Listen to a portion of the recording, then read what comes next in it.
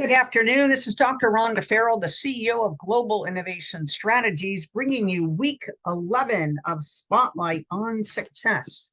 And this week, we are going to build on our prior 10 weeks of content and really drive home the premise that your business, your organization, your professional life, your personal life are all intertwined. And therefore, we need to be cognizant of resiliency for you, your teams, your organization, and your life writ large. Today, we're going to talk about 5 tips that you can use to deepen and broaden your resiliency strategies and tactics so that you can exponentially perform at a higher level, both as a individual professional as well as your organization and team, and have a greater impact and reputation within the ecosystems and communities that you're serving. So what do we do first, right? We're going to go back to the basic premise of what's most important from a business perspective, and that's about continuity. We can't focus on the long term scaling to 10x unless we've got our ducks in order to be able to sustain our business on an annual basis, on a quarterly basis, on a monthly basis, etc. So we need to look really deeply at that legal, regulatory, finance, tax perspective to make sure we're lining everything up in order to create the sustainability that we want that will help us scale and grow. Adaptability is one of the key components to continuity and sustainability, because what it allows us to do is really a risk assessment continuously, right? And we also saw that adaptability, continuity, sustainability is really a large part of innovation. So we think of innovation and adaptability as being joined at the hip here. And what we're looking at is we want to understand, when and how risks are potentially arising on the horizon. We want to do the same for when opportunities are arising on the horizon. And we want to have a preferred automated way to be able to drive awareness, notice, and action when appropriate across the different strata of our organizations or our partnerships or clients and customers or communities that we're serving. And so what this allows, by taking in those information sources, we're better able to pivot. We're better able to adapt a product, a service, an offering, a piece of IP that helps your organization, you as a thought leader, your teams as service delivery personnel have greater impact, heightened reputation, and ability to seize, either instantly mitigate a risk or seize an opportunity, or even better, create an opportunity when one didn't exist before, because you enabled someone to have an aha moment, right? Through, I didn't think about this in this way. I see how your organization, your product, your service, your thought leadership, your IP adds value. I need some of that. So everything we put out, everything we do, to create continuity, sustainability, and growth can be hastened through the lens of automation and innovation and improvement. And that's what we want to do. We want to be able to pivot on a dime when necessary. The next one, so adaptability, right? Again, risk assessment, risk management, growth, right? harnessing that moment for growth.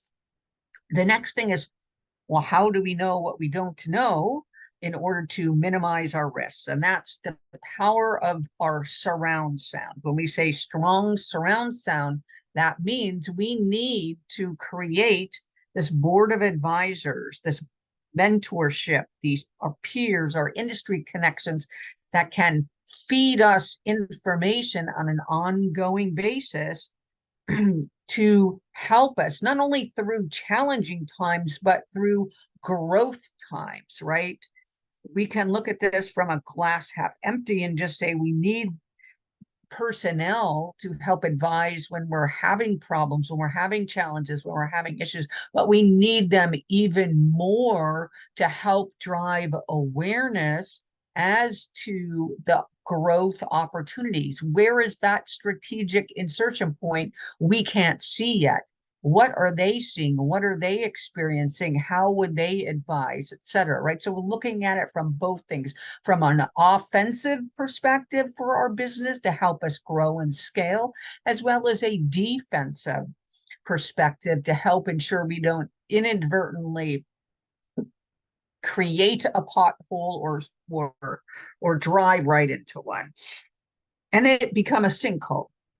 So again, strong surround sound, this creation of that support ecosystem to give you the information and experience and wisdom from a perspective that differs from your own or perhaps your executive team's own or your team.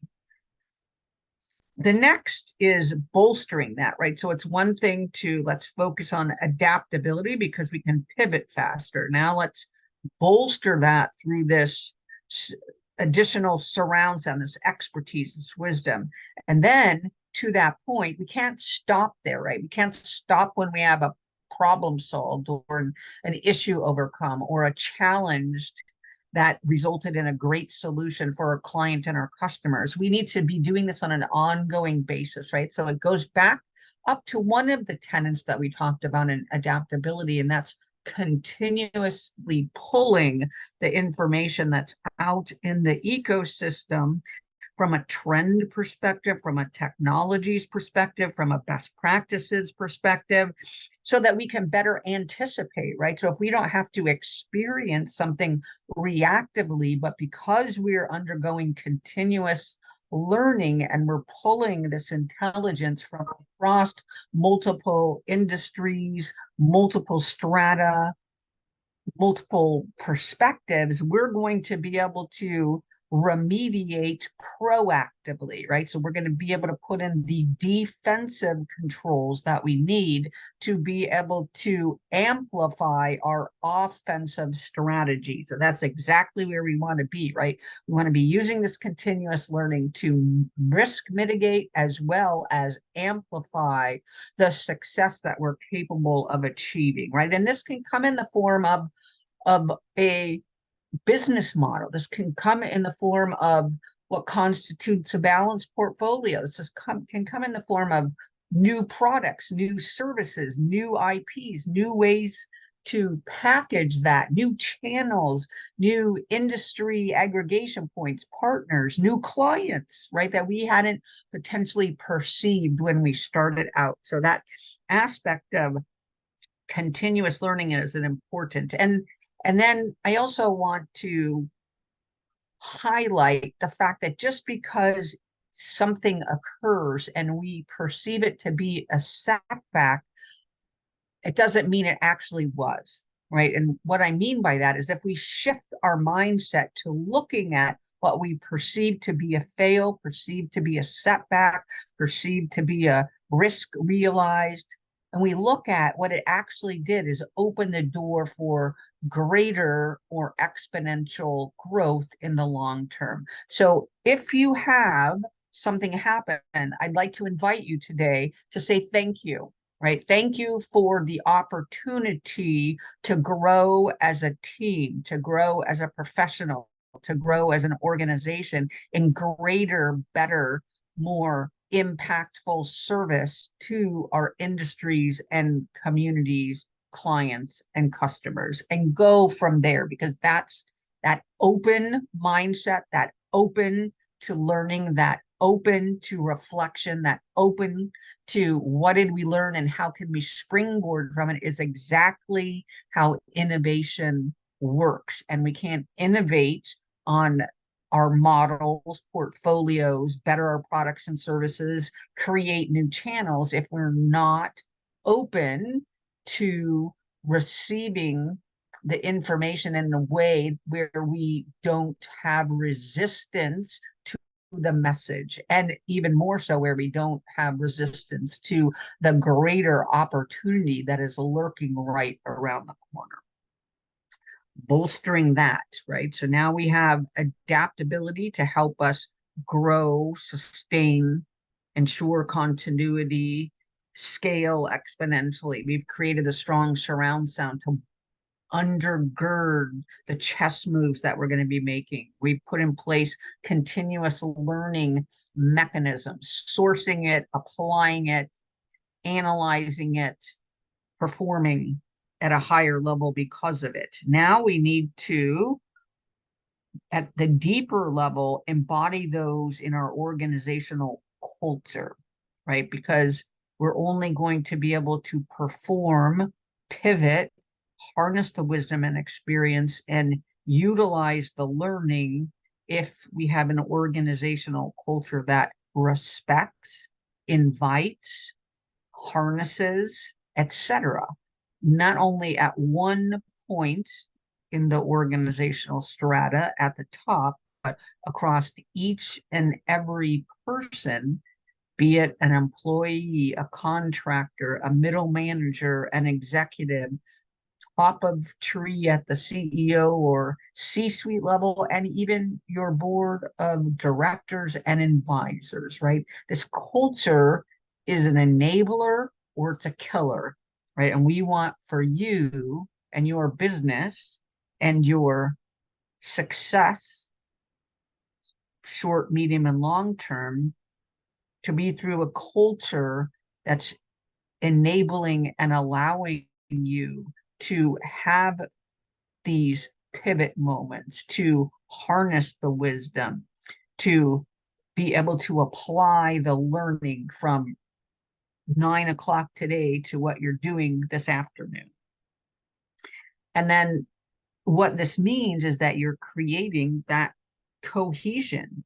You're creating that appetite for innovation. You're rewarding the risk taking that's occurring, and you're much more capable in navigating the uncertainties, right? So it's helping you be more adaptable, flexible, etc. And then last but not least is, now let's bookend it, right? We need to look at each and every person because they are not only a cog in a wheel, they are important. They are important to your vision. They are important to your mission. They are important to the achievement of your goals. And when we can optimize each person's performance, everybody wins. Your clients wins, your customers win, your business model wins, your organization wins. And if you're public company, your stock wins, etc., right? Because it is a symbiotic relationship between what's going on at that personal level as to how excellent they can show up and be on a daily basis from a professional level. And then that permeates up into the culture, right? So if we focus on making our people whole in whatever way that looks like, if that looks like health, if that looks like wealth, if that looks like mindfulness, if that looks like balance, if that looks like family, if that looks like you name it, right? We need to understand what they're experiencing to be able to bring a tool into the toolkit for them to harness. And here's some ideas for you about how you can approach that.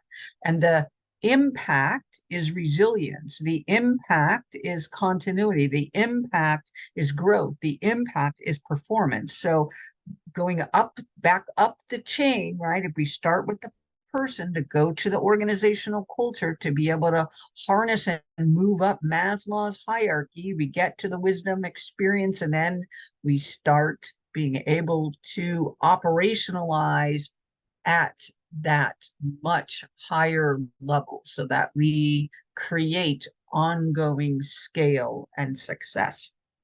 This has been Dr. Rhonda Farrell, the CEO of Global Innovation Strategies and the Success Strategist, bringing you 5 resiliency tips for success on our week 11 on Spotlight on Success.